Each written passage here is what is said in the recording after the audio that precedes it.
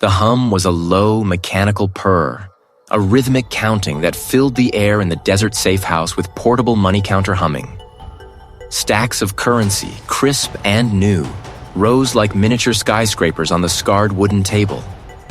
Dust motes danced in the single shaft of sunlight slicing through a grimy window, illuminating the focused intent of the two figures hunched over the piles.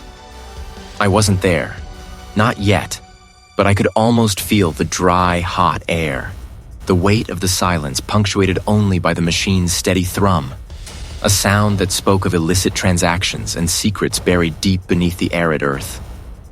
The air, thick with the scent of paper and ambition, promised a storm was brewing, far from the quiet halls of academia.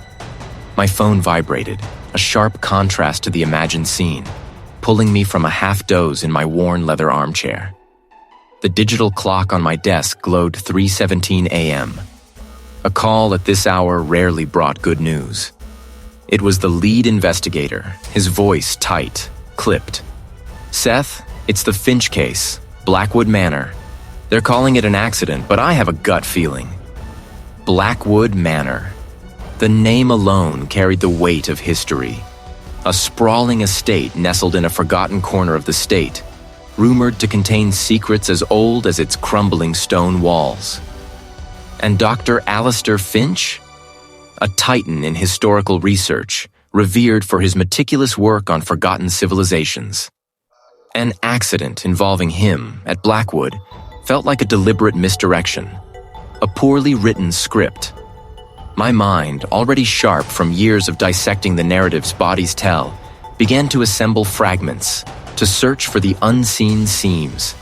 "I'm on my way," I said, the words a reflex. I didn't need to ask for details. My role wasn't to interpret the initial reports. It was to read the final draft, etched in bone and earth. The drive was long, the pre-dawn darkness giving way to a pale, indifferent light as I navigated the winding roads that led to the manor. The landscape shifted from scrub brush and distant city lights to ancient, gnarled oaks and overgrown hedges, their branches clawing at the sky. It was a place that didn't merely house history. It was history, a repository of narratives waiting to be unearthed. Beyond, the manor's sprawling grounds were eerily quiet, save for the distant chirping of unseen birds. I parked my vehicle, retrieved my case from the trunk, a familiar weight in my hand, containing the tools of my trade, and walked toward the entrance. A uniformed officer, younger than I expected, met me at the main drive. "Professor Seth? The lead investigator is waiting for you at the South Terrace." The South Terrace. Finch's study was on the second floor, overlooking that very spot. My mind immediately pieced together the scene. A fall from a height. My stride lengthened, a quiet urgency propelling me forward. The lead investigator, a man whose weary eyes spoke volumes of too many late nights and too many grim discoveries, stood with his arms crossed, surveying the scene.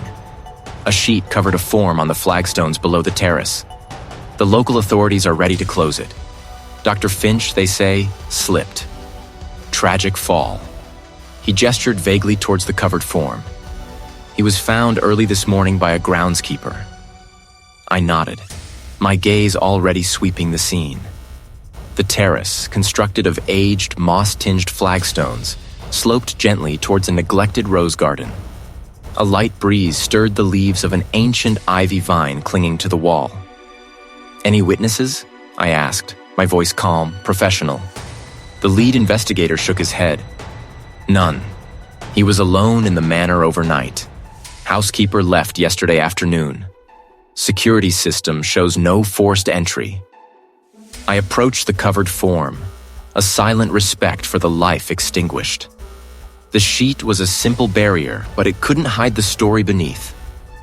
I knelt, my eyes scanning the immediate area before I even touched the covering. I saw a scattering of small, almost imperceptible fragments near the stain, not uniform, not typical of broken glass or stone. Carefully lifted a corner of the sheet. Alistair Finch. His face, usually animated with intellectual fervor, was now a mask of stillness, his eyes open, staring blankly at the sky. His body lay at an unnatural angle, one arm twisted beneath him. But it was the way his head had impacted the stone that caught my immediate, unsettling attention. The fracture pattern, while severe, seemed too clean, almost deliberate in its precision. And there, near his temple, a minute, almost invisible indentation. It wasn't the broad, diffused trauma of a simple fall. It was focused. My eyes narrowed. I leaned closer, examining the skin around the indentation. No obvious weapon signature, no immediate trace of a struggle. But the pattern of impact, the way the bone had compressed, spoke to me. It wasn't just the ground. Something else had contributed, something specific and sharp-edged, yet not sharp enough to cut deeply. It was a subtle, almost imperceptible detail, a whisper in the silent language of the dead. I looked up at the open window, the ivy. I noted a few torn leaves, higher up the wall than a man of Finch's age and build might reasonably reach if he were merely trying to regain his balance. And then, another observation. Just beneath the window ledge, almost camouflaged by the stone's texture, a faint, almost microscopic residue, a metallic sheen that glinted only when the light hit it just right. It wasn't a modern alloy. It had a dull, ancient quality to it, like something long buried and recently disturbed. A tragic fall, the lead investigator reiterated, a sigh escaping him. Simple. Open and shut. I remained kneeling, my gaze fixed on the body, then back to the subtle shimmer on the stone. Simple? No. The body of Alistair Finch, the renowned historian, was telling a different story, a narrative of precision and anachronism that screamed of something far more sinister than a mere accident. My determination hardened. This wasn't just a fall. This was a carefully orchestrated deception, and I was going to unearth every single layer. Simple? No. My fingers, encased in nitrile, traced the cold, rough edges of the flagstone where the historian lay, face down, one arm twisted beneath him at an unnatural angle. "Give me some space, please," I murmured, not looking up. The uniformed officer hovering nearby shuffled back a step, his breath ghosting the chilly air. I needed focus, an unblemished field of observation. The preliminary assessment from the local authorities had been swift. A fall from the upper gallery, tragic, unfortunate. I produced my field kit, a battered aluminum case that had accompanied me to countless sites, from sun-baked archaeological digs to damp, forgotten crypts. From it, I extracted a set of fine-tipped tweezers, a collection of sterile swabs, and my portable stereo microscope. Its LED light a crisp white beam against the gloom of the ancient manor. I began with the victim's hands, often the first to betray a struggle. His nails were clean, too clean perhaps for someone who had just plunged to his death. No debris from a railing, no splinters of wood or stone. With the microscope's magnification set to its lowest power, I swept the beam across the dorsal surface of his right hand. Nothing immediately obvious. Then I increased the power, zooming in on the knuckles, the delicate skin between the fingers. There. A series of minute, almost imperceptible abrasions, like fine sandpaper had brushed the skin. Not the tearing trauma of a clumsy grip failing on stone, but a more controlled, almost frictional injury. I carefully collected it with the tweezers, placing it into a small, labeled vial. I moved methodically, examining the historian's wrists. The local detective, a man with a tired face and a perpetually furrowed brow, cleared his throat. "Anything, Seth?" he asked, his voice low. "Just starting," I replied, my attention undivided. My gaze was on Finch's left wrist, just above the cuff of his tweed jacket. There, barely visible to the naked eye, was a faint discoloration, a slight puffiness. Under the microscope, it resolved into a network of microfractures in the superficial bone, a spiderweb of damage. These weren't consistent with the impact of a fall. The trajectory described by the initial report, a simple forward tumble over the gallery railing, would have produced entirely different patterns of injury. These fractures suggested a different kind of stress, a twisting, a sudden, forceful torsion before any significant impact. It was the kind of injury I'd seen in victims who had been restrained, their limbs manipulated against their will. Alistair Finch hadn't simply fallen. He'd been manhandled. I shifted my focus to the clothing. I used a soft brush to gently sweep over the fabric, collecting any loose particulate matter onto a sticky lift. Under the microscope, the lift revealed a constellation of tiny, glittering fragments. They weren't fibers from the manor's aged carpets, nor dust from the plaster.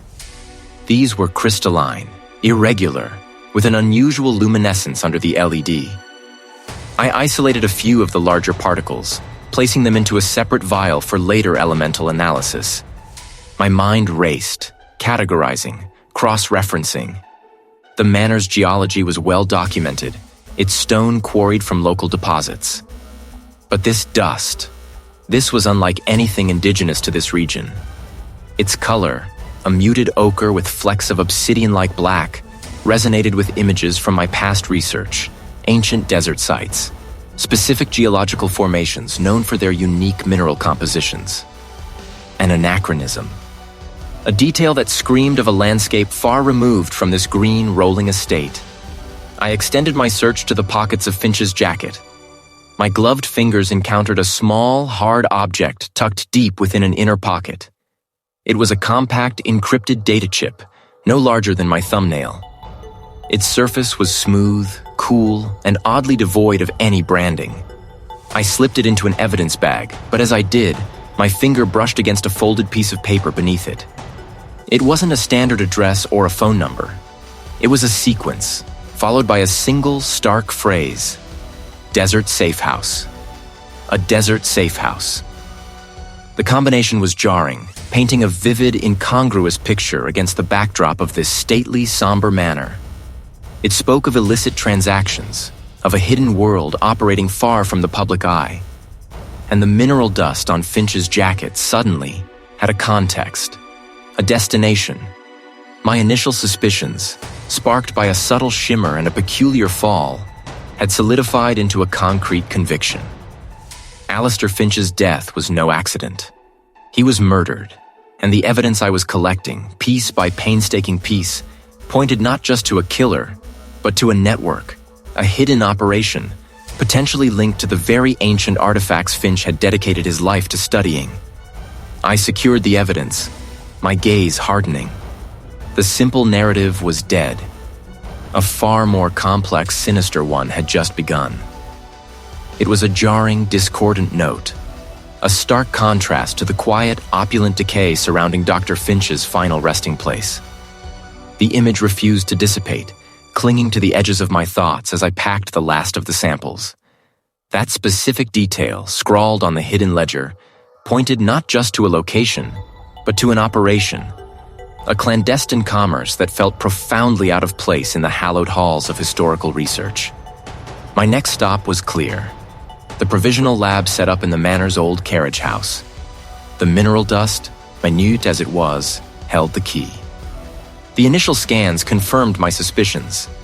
This wasn't common household dust. Under polarized light, the crystalline structures shimmered with an unusual iridescence. The process was tedious, a dance of calibrating lasers and interpreting spectral signatures, but it was my language, my way of letting the earth speak. The results materialized on the screen, a precise chemical fingerprint. It was a rare form of silicate, rich in specific trace elements, consistent with deposits found in only a handful of locations globally. One, in particular, stood out. A remote, largely unexplored region known for its unique geological formations, an area also home to several unsanctioned archaeological sites. And then the final chilling confirmation. Cross-referencing my findings with recent geological surveys and even obscure academic papers, I found a match. A specific, newly discovered vein of this very mineral, located deep within a vast, privately owned wilderness preserve.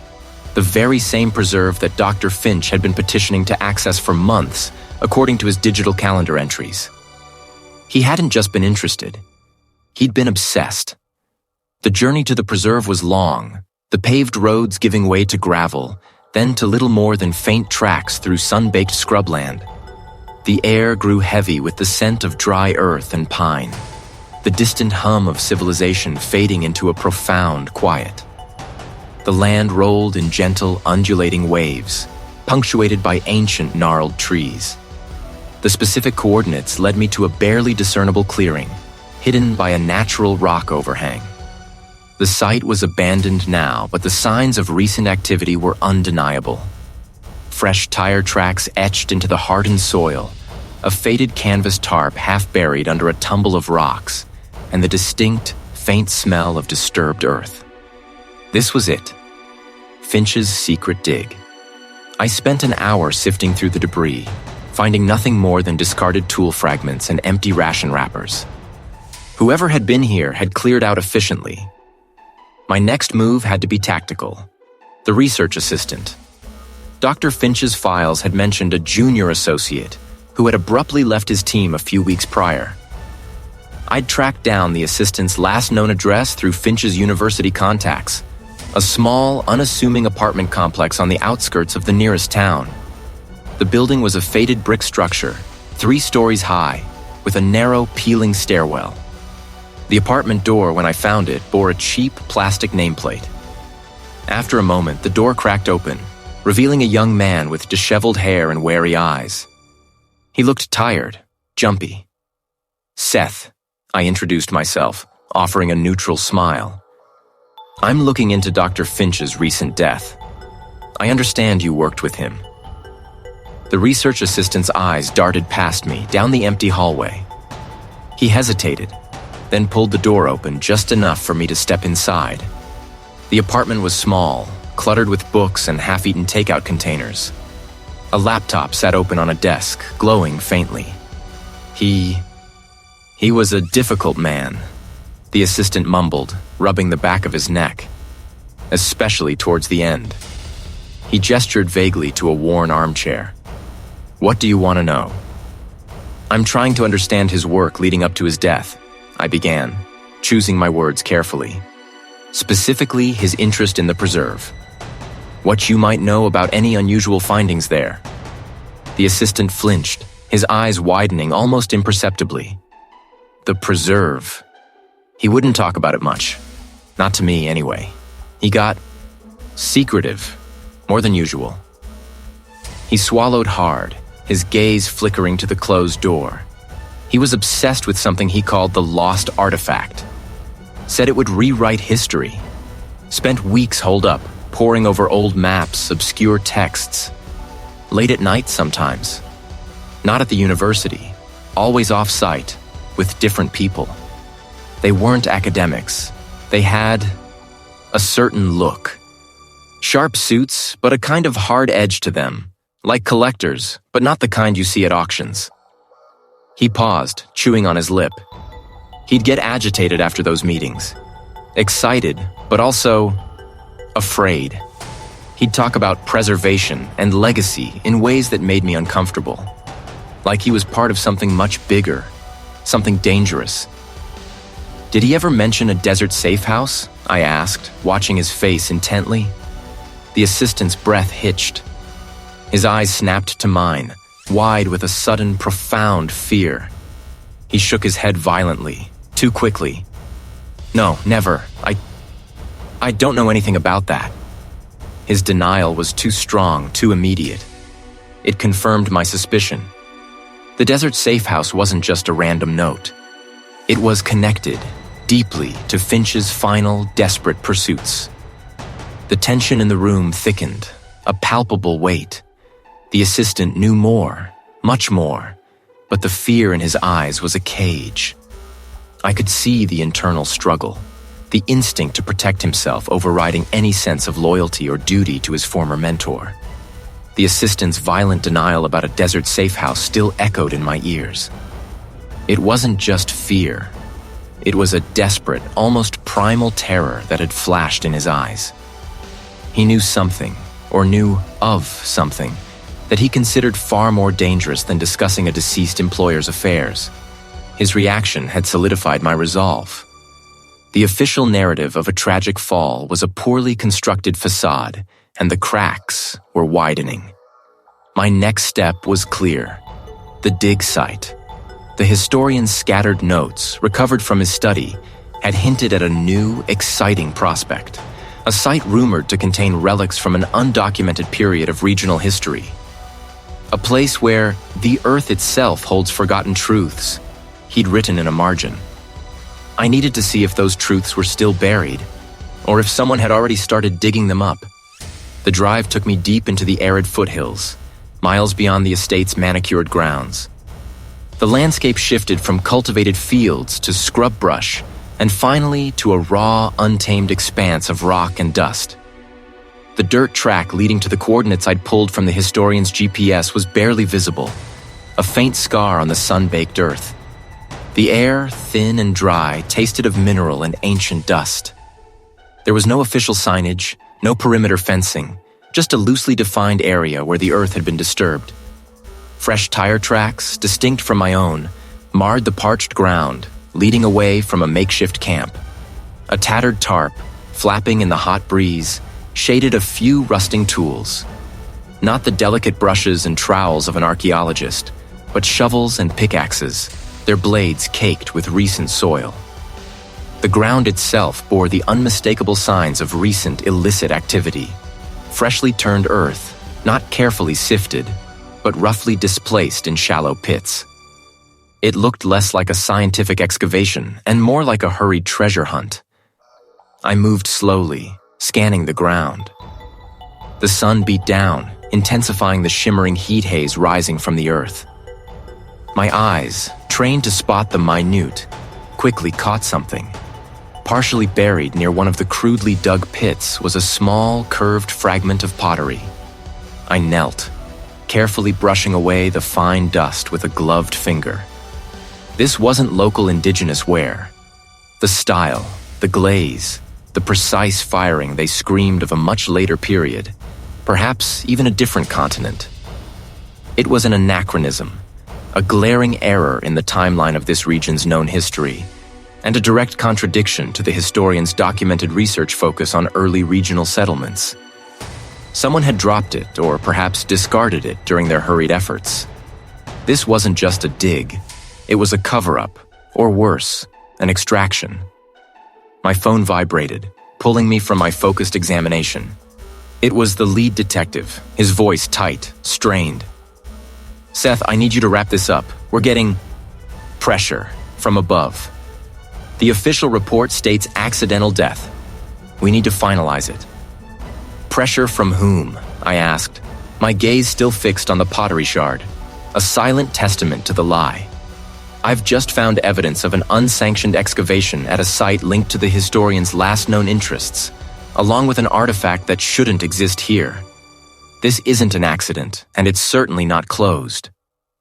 "Look, I understand your commitment," the detective replied, his tone hardening. "But my orders are explicit. You've done your due diligence. File your report, stick to the initial findings. Anything else complicates things unnecessarily." "Unnecessarily?" I scoffed. "A man is dead. His work is being pilfered. This isn't about complication. It's about truth." He sighed, a sound of resignation. "Just be careful, Seth. This isn't a simple case anymore. You're pushing against something bigger than you realize." The line went dead. His warning, coupled with the assistant's fear and the evidence beneath my fingers, chilled me more than the desert wind. I carefully bagged the pottery fragment, along with samples of the disturbed soil and some of the discarded tools. My investigation was clearly stepping on powerful toes. Back at my forensic lab, the familiar smell of reagents and sterile surfaces should have been a comfort. Instead, a prickle of unease snaked down my spine the moment I unlocked the outer door. The inner door, usually secured with a secondary deadbolt, stood ajar. I pushed it open slowly, my hand instinctively going to the small, heavy flashlight clipped to my belt. The lab wasn't trashed, Not in the way a common burglar would leave it. No smashed equipment, no obvious theft. But the subtle signs were there. My desk drawers were slightly ajar, not fully closed as I always left them.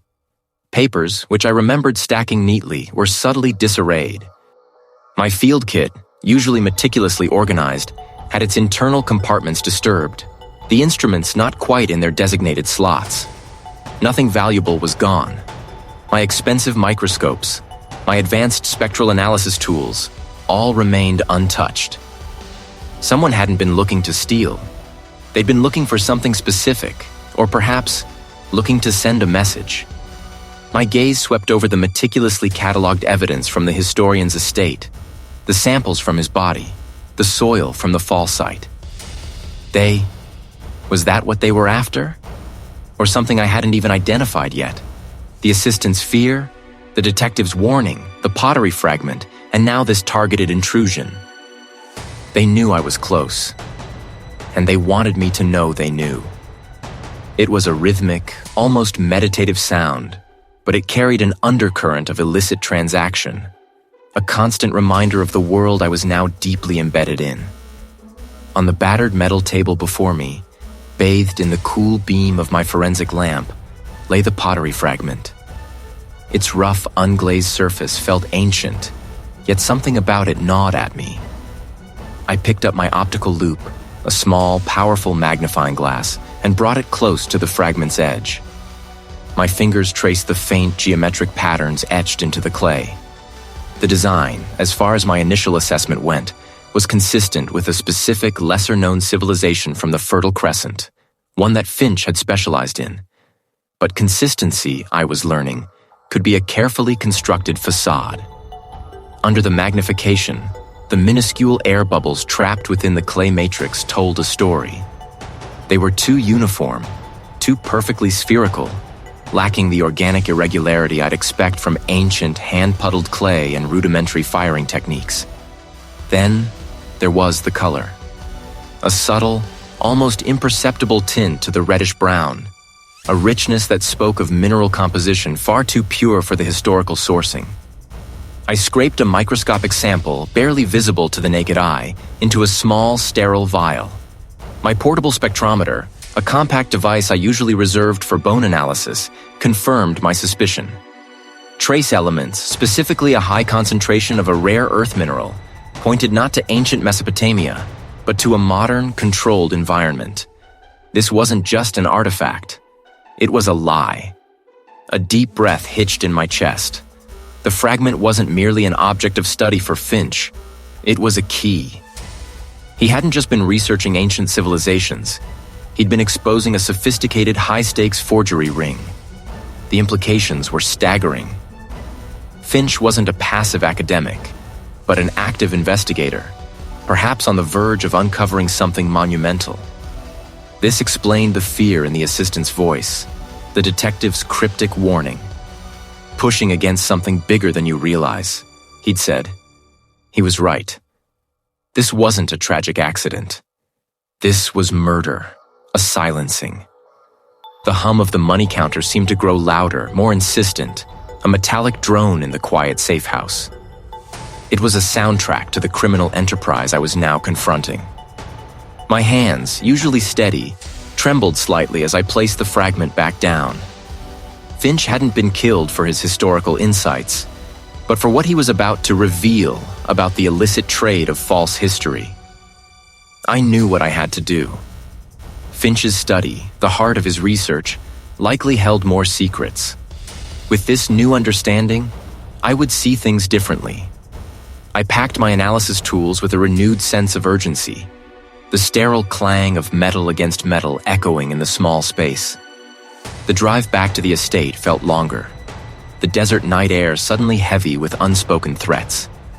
The grand, isolated structure now seemed less like a relic of history and more like a carefully constructed trap.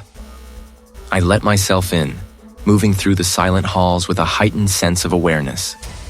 Finch's study was as I'd left it, though now, under the beam of my tactical flashlight, it seemed to pulse with a hidden energy. I started my search methodically, moving from the obvious to the subtle. Bookshelves, desk drawers, wall panels, all yielded nothing new. I remembered the slight scuff mark on the antique desk, the one I'd initially dismissed as wear. Now I examined it closely. My finger pressed it.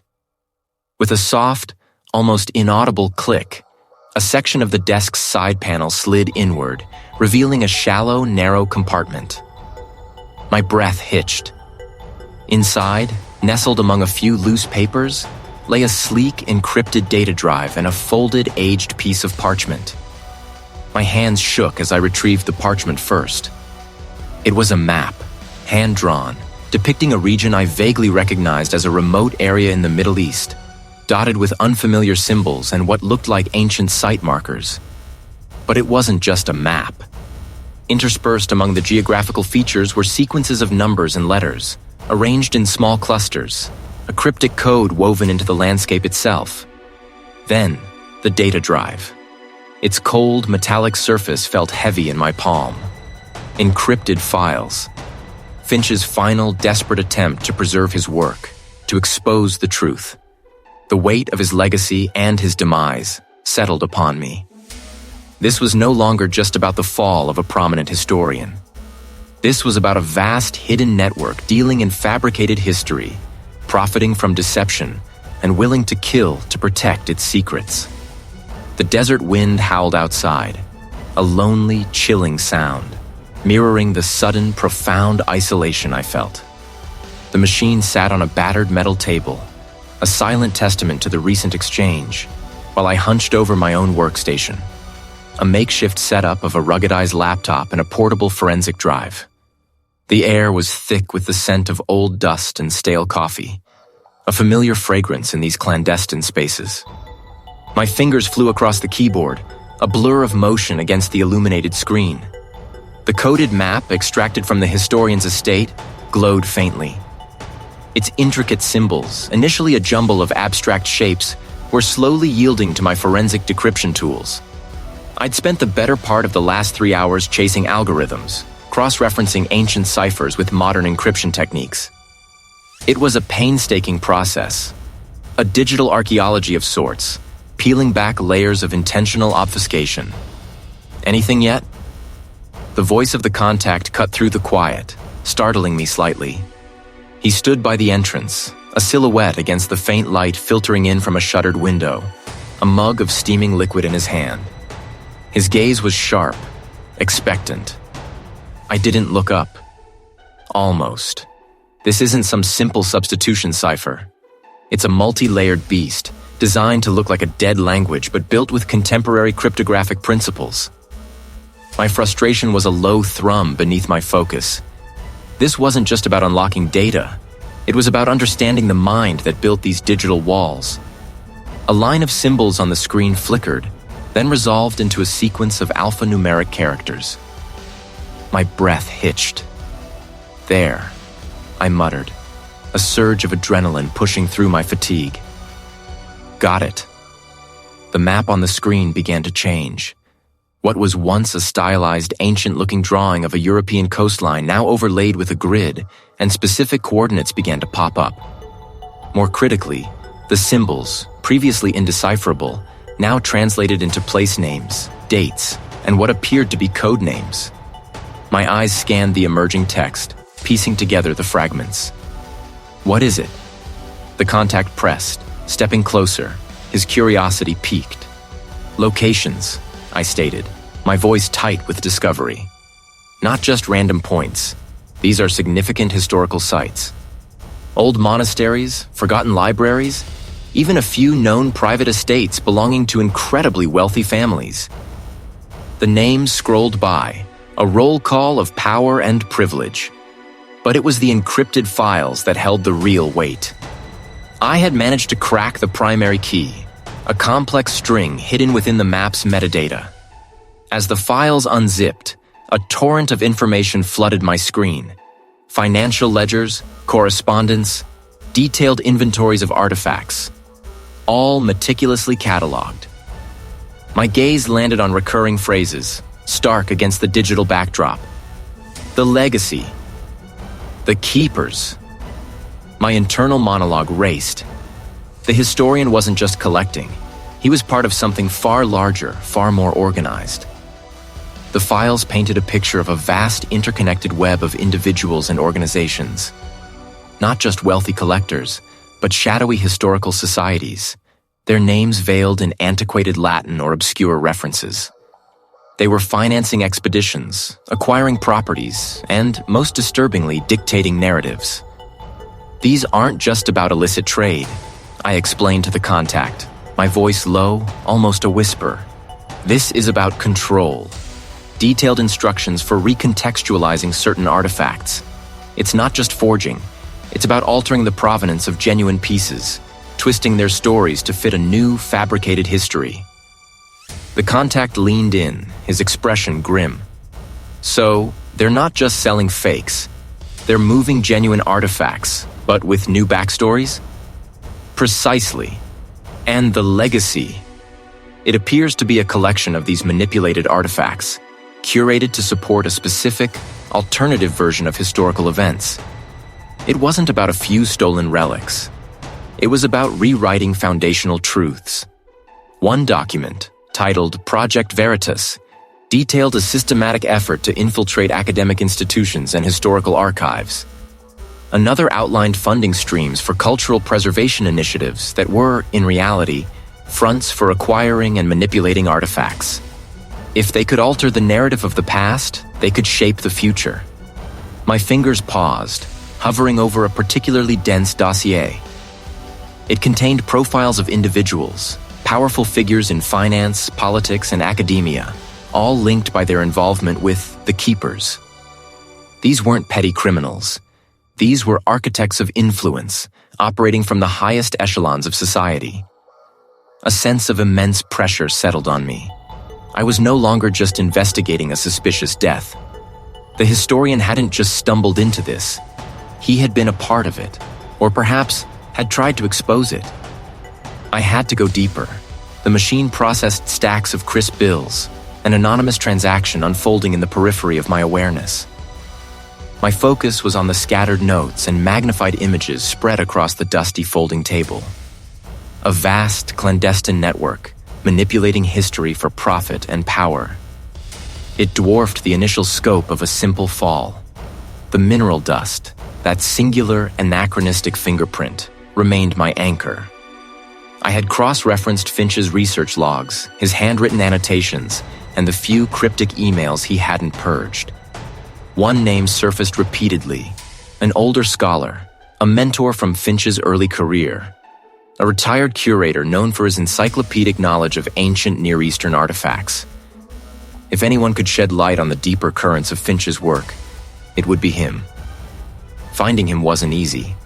Finch's digital breadcrumbs were sparse, but a faded address book, tucked into a false bottom of a desk drawer at the estate, yielded a handwritten street address in a quiet, tree-lined neighborhood hundreds of miles from the desert. The journey was long, the silence of the road punctuated only by the hum of the engine, giving me too much time to consider the implications of what I was about to ask.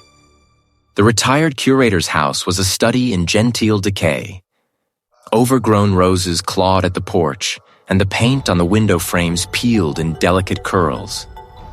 When the door opened, the man who peered out was a skeletal figure, his eyes sharp behind thick spectacles, framed by a wispy halo of white hair. He wore a threadbare smoking jacket that seemed to swallow his frail frame. "Can I help you?" His voice was reedy, laced with an old-world politeness that barely masked a deep-seated weariness. "My name is Seth. I'm an anthropologist. I'm investigating the death of Dr. Finch." I kept my tone measured, professional, but the words hung heavy in the air between us. His eyes narrowed, a flicker of something unreadable. Fear? Recognition? Passing through them. "Finch? I heard. Tragic. A fall, wasn't it?" He tried to sound casual, but his hand tightened on the doorframe. "That's what it appeared to be," I said, letting the implication hang. "But my findings suggest otherwise. I believe he was onto something significant, something dangerous. And I believe you might have some insight." He hesitated, a long, drawn-out moment where the only sound was the distant chirping of birds. Finally, with a sigh that seemed to deflate him further, he opened the door wider. "Come in, Mr. Seth." The living room was a museum of his life's work, shelves overflowing with ancient texts, earthenware fragments, and framed photographs of excavation sites. The air was thick with the scent of old paper, and dust motes danced in the shafts of sunlight slicing through the heavy drapes. He gestured to a worn armchair, then settled himself into another, his movements slow and deliberate. "What exactly do you mean? Otherwise?" he asked, his voice barely a whisper. I pulled a small, sealed evidence bag from my satchel. Inside, a pinch of the iridescent mineral dust shimmered. This was found on Finch's body and at the scene. It's a unique mineral, highly localized. His gaze fixed on the dust, and his composure fractured. His hand trembled as he reached for a nearby pipe, fumbling with it but not lighting it.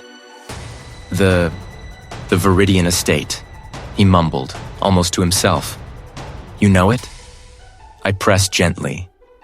He swallowed hard, his Adam's apple bobbing. "Finch, he used to speak of it, a place of uncomfortable secrets. He believed some of the artifacts there were tampered with, manipulated.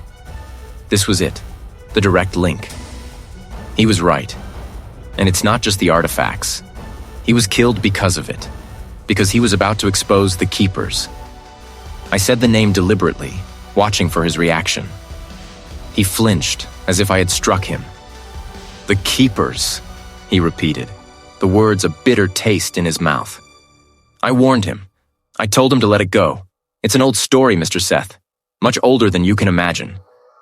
"Tell me," I urged, leaning forward. "What are the Keepers?" He took a shaky breath. "A society. Not formal, not in the way you might think. More a network of influence. Generations of collectors, scholars, financiers. All dedicated to controlling the narrative of the past. They acquire, they authenticate, they disappear. They curate history, not preserve it. For political leverage, for financial gain, for a twisted sense of legacy." He looked at me, his eyes pleading. "They believe certain truths are too dangerous for the public. They believe they are safeguarding civilization, when in reality, they are simply controlling it. And the Viridian estate? A central hub, a repository. They've been operating there for centuries, hidden in plain sight. They use the estate's private land for unsanctioned excavations. That's where they find the artifacts they later adjust. And that specific mineral dust. Finch hadn't fallen, and the path led directly to the Viridian estate, a place now illuminated not by its historical grandeur, but by the sinister glow of a deep, buried conspiracy. My determination solidified, hardening into a resolve that hummed with a dangerous edge. I had the destination. The stakes had just escalated beyond anything I could have imagined. Stacks of crisp, new currency lay beside it. Not mine, but evidence of the scale of the operation I was up against. Finch hadn't just stumbled. He had been silenced. The meticulously crafted lie of his tragic fall had unraveled, piece by agonizing piece, revealing the sinister architecture beneath. The Viridian estate, once a place of historical contemplation, now glowed with the cold, hard light of a conspiracy. My determination, already a hardened core, solidified further, crystallizing into an unshakable resolve. I double-checked the topographical map spread across the rough-hewn table, tracing the contours of the land leading to Elias Thorne's sprawling, isolated estate. Remoteness wasn't just a feature.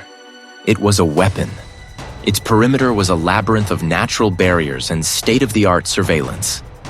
I'd spent the last 24 hours studying satellite imagery, thermal scans, and even a few old property records, searching for the soft underbelly of this beast. My plan was audacious, bordering on reckless, but the alternative letting Finch's murder fade into obscurity was unthinkable. The journey itself was a test of endurance. A long, bone-jarring drive over unpaved roads that eventually gave way to a dense, managed wilderness.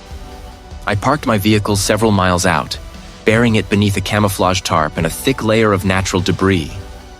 From there, it was on foot, moving under the cover of the moonless night. The only sound, the crunch of my boots on dry earth and the distant, mournful cry of a desert predator.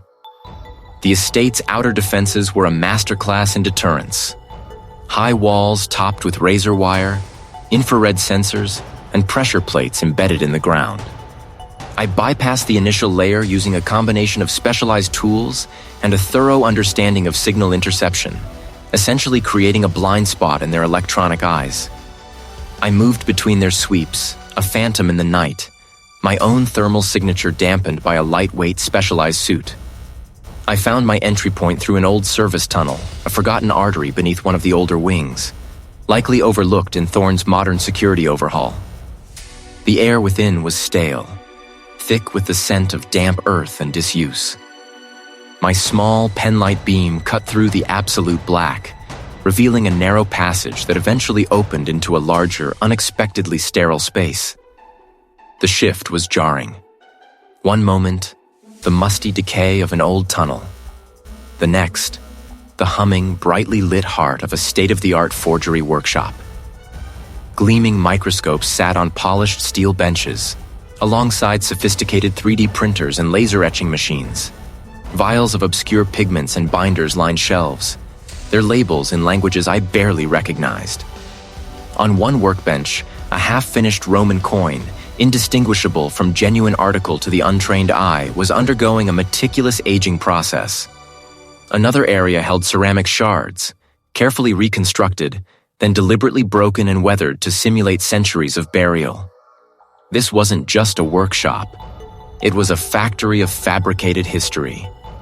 My breath hitched as I moved deeper, my forensic instincts screaming. This explained Finch's death. He must have gotten too close, recognized the fakes for what they were, or worse, discovered the source of the originals. I scanned the room, my eyes sweeping over every detail, every piece of equipment, every scrap of material. A hidden vault. Of course. Accessing it required more than just brute force. The panel was disguised as a section of shelving, activated by a complex biometric and numerical sequence. My training didn't cover safe cracking, but my understanding of forensic evidence extended to impression marks, faint residues, and the subtle wear patterns left by repeated interaction. A few tense minutes of careful observation and delicate manipulation, and a low hiss preceded the slow, ponderous swing of the heavy door. Inside, the air was cool, dry, and still. My light played across a treasure trove that stole the air from my lungs. Shelves, climate-controlled and vibration-dampened, held genuine, priceless artifacts. A Sumerian cylinder seal, its intricate cuneiform script perfectly preserved. Egyptian funerary masks, eyes wide with ancient mystery. Pre-Columbian gold figurines glinting dully in the beam. These weren't fakes. These were originals, undeniably stolen from legitimate archaeological sites across the globe. The scale of the illicit trade, the sheer audacity of it, was staggering. This was not merely about profit. It was about controlling history itself, erasing inconvenient truths and rewriting narratives. A red light flashed above the vault door, then another, spreading rapidly across the ceiling of the workshop.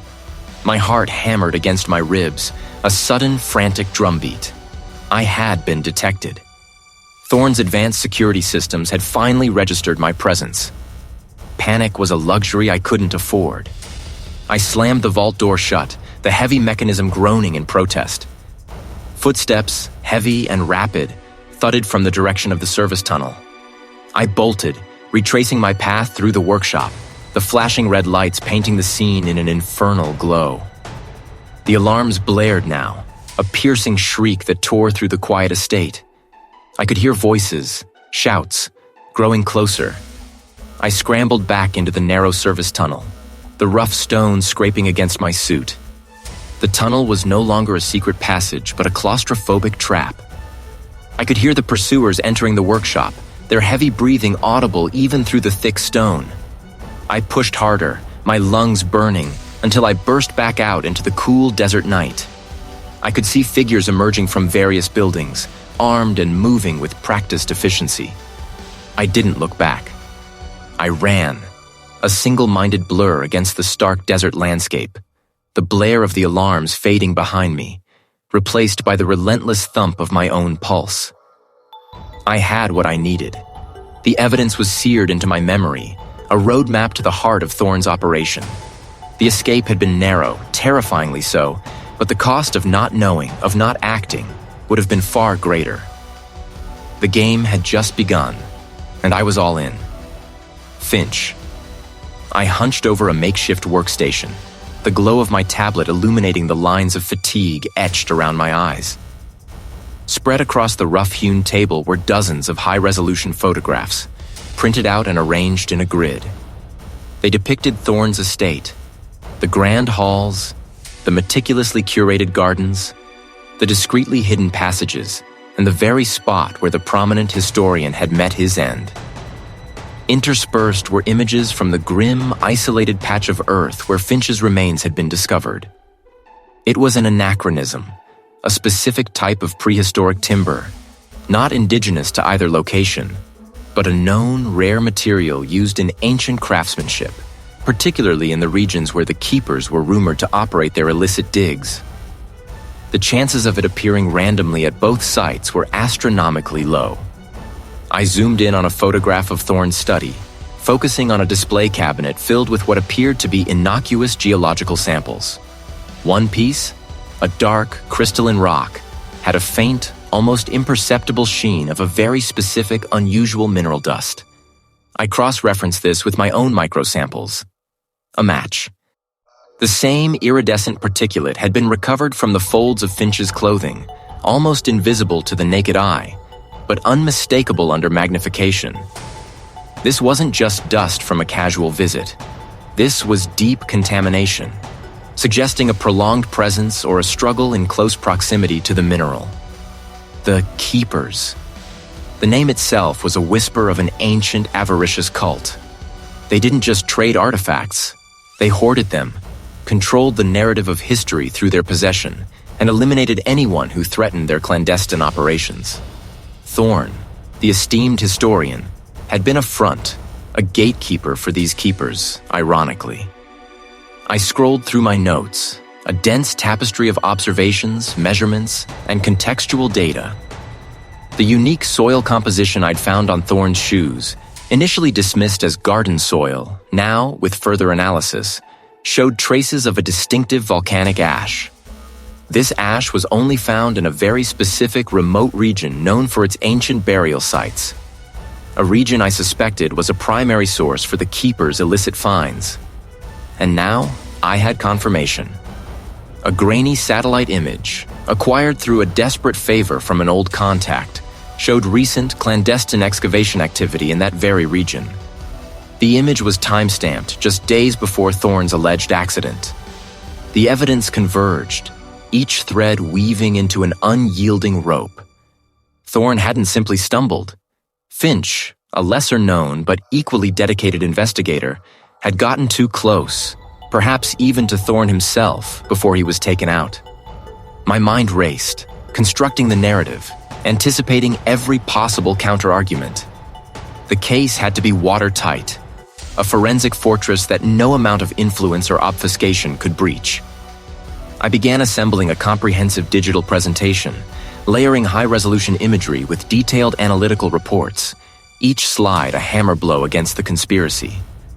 I included diagrams of the estate, highlighting the areas of specific interest, and meticulously cross-referenced every piece of trace evidence with its origin and significance.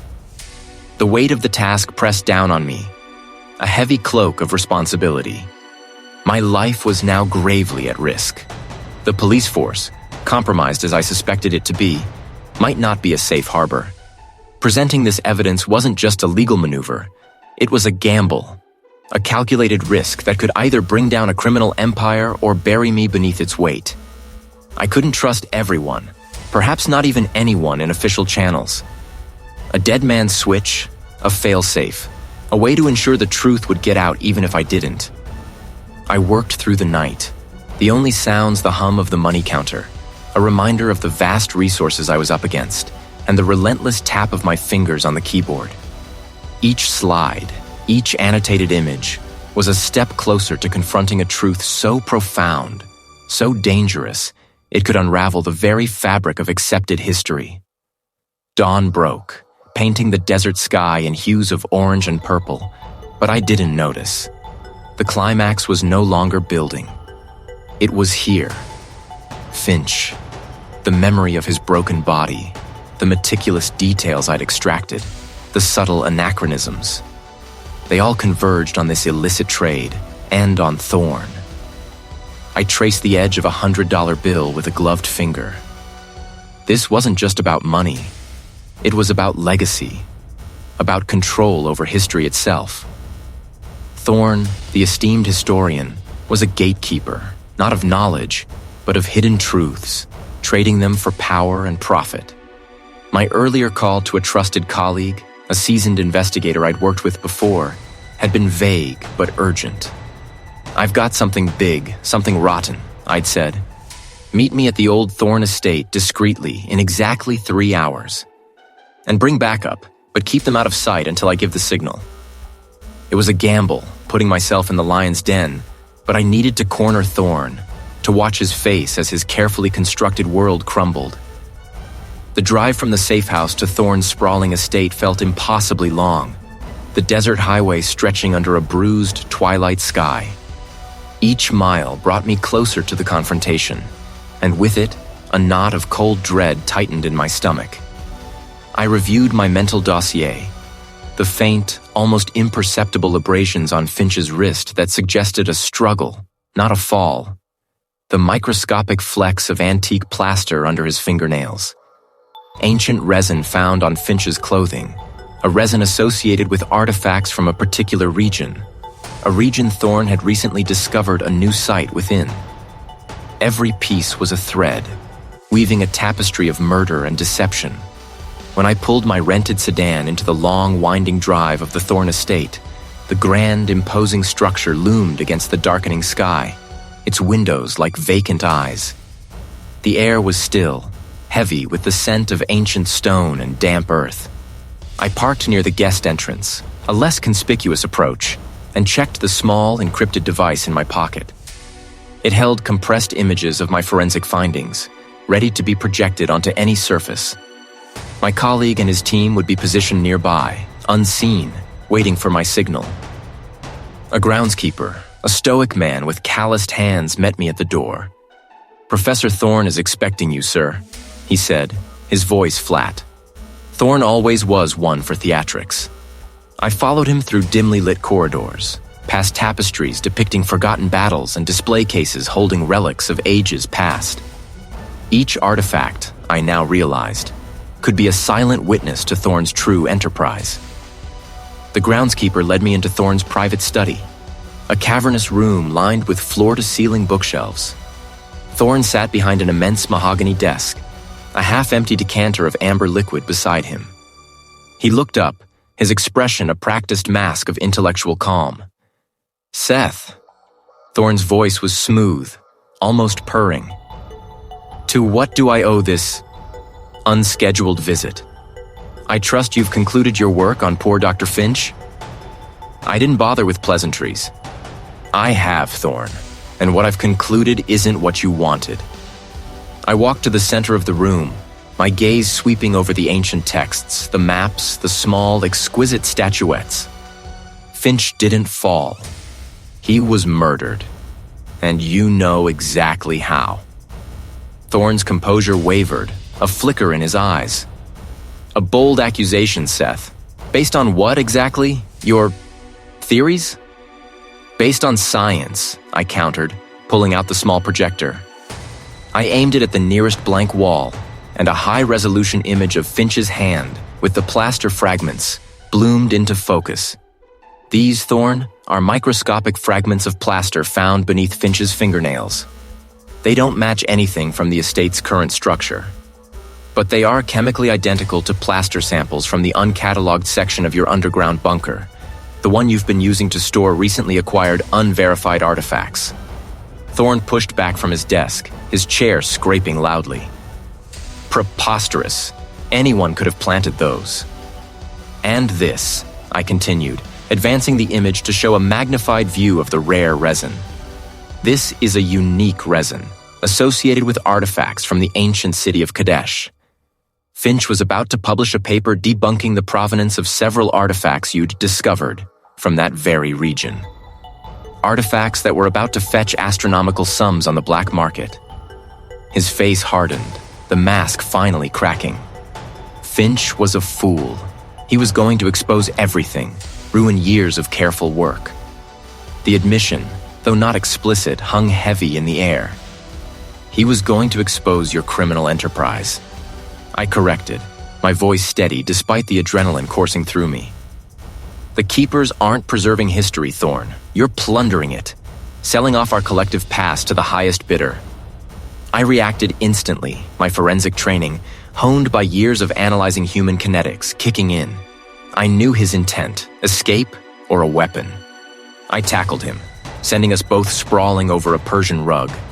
A heavy antique letter opener clattered to the floor, just inches from Thorne's grasping hand. You won't get away with it, I grunted, pinning him momentarily. He was surprisingly strong, fueled by desperation. He bucked and twisted, elbowing me sharply in the jaw. Pain flared, but I held on, seeing the pure, unadulterated panic in his eyes. This wasn't the calm, calculating historian anymore. This was a cornered animal. He managed to break free, scrambling to his feet. "You've ruined everything," he shrieked, his cultured voice replaced by a guttural snarl. He bolted for a side door, a hidden exit I hadn't noticed before. "No, Thorne," I shouted, struggling to my feet, my jaw throbbing. "You ruined yourself." I pressed the signal button on my device. The chase was on. A heavy antique letter opener, its silver hilt cold and sharp, skittered across the polished floorboards, just out of Thorne's reach. My momentum carried us both, and I twisted, using his own weight against him. He hit the rug with a grunt, the air knocked from his lungs. My knee found the small of his back, pinning him. He struggled, a desperate animalistic thrashing, but years of grappling with cadavers, of understanding leverage and pressure points, served me well. I secured his wrists with the zip ties I always carried, a habit from countless crime scenes where evidence needed immediate protection. "It's over, Thorne," I stated, my voice surprisingly steady despite the adrenaline coursing through me. His face, contorted with rage and fear, glared up at me. "Where are they? The artifacts, the others?" He spat a curse, then a laugh, dry and rattling. "You think this changes anything? The legacy, it will endure." The sound of sirens, faint at first, then growing louder, pierced the night. Relief washed over me, cold and swift, replacing the hot surge of confrontation. The local enforcement, alerted by the estate's security system after my forced entry, were finally here. I stood, stepping away from the subdued historian, my breath catching in my throat. The room, once a tableau of historical reverence, now felt like a cage, its secrets finally pried open. The lead detective, a pragmatic woman with sharp eyes, entered first, her sidearm drawn, followed by a tactical unit. She took in Thorne, bound and defeated, then me, standing amidst the chaos. A quick assessing glance passed between us. "Anthropologist Seth, I presume? You made quite the entrance." "He was about to escape," I explained, gesturing to the hidden panel. "And the historian's death was no accident." The next hours were a blur of statements, evidence collection, and the methodical dismantling of Thorne's carefully constructed facade. My initial forensic observations, once dismissed, now formed the bedrock of the investigation. The anachronistic details, the minute traces of a different era's tools, the subtle signs of a staged fall, all pointed to a meticulous, calculated murder. Days later, the trail led us to a remote location, far from the manicured lawns of the estate. This was the nerve center, the financial hub of Thorne's illicit empire. The walls were bare, concrete, scarred by years of use, and the only light came from harsh fluorescent tubes overhead. Around me, federal agents meticulously cataloged crates and ledgers. The crates, heavy and bound with tarnished metal straps, contained what I had suspected: the stolen artifacts. Gilded sarcophagus fragments, ancient scrolls, intricately carved idols. A fortune in cultural heritage, plundered and traded. He gestured to a series of encrypted hard drives and satellite phones. Thorne was merely a figurehead, albeit a crucial one. These keepers he spoke of, they're real. A network, global in reach, dedicated to hoarding, manipulating, and in some cases, destroying history. Not for profit alone, but for control, to shape narratives, to erase inconvenient truths. I ran a gloved hand over the rough surface of an ancient tablet, its cuneiform script still legible. The weight of it, the sheer audacity of what Thorne and his cabal had attempted, settled heavily on my shoulders. The humming of the money counter was a constant reminder of the scale of their operations, a mechanical pulse of their illicit enterprise. In the following weeks, as the dust settled and the legal machinery ground into motion, I found myself grappling with a profound sense of exhaustion, both physical and psychological. The meticulous dissection of evidence, the confrontation, the sheer danger I'd faced. It had taken its toll. I saw the historian's face in my dreams, his final, desperate attempt to warn me. The weight of his sacrifice, and the countless others whose legacies had been manipulated by the keepers, pressed down on me. But alongside the weariness, there was a fierce, unyielding satisfaction. Justice, in its own slow, methodical way, was being served. The truth, unearthed piece by painstaking piece, had prevailed. My science, the very discipline I had dedicated my life to, had not just identified a killer, but had shattered a conspiracy. My hands, usually steady and precise, trembled slightly as I held a mug of cooling tea. This case had shifted something within me. The quiet, academic pursuit of the past now felt insufficient. The relentless pursuit of justice, I realized, wasn't just about laboratory analysis and skeletal remains. It was about confronting the living, the dangerous, the architects of deception. My skills, my unique perspective, could be applied beyond the crime scene tape, beyond the quiet confines of an excavation site.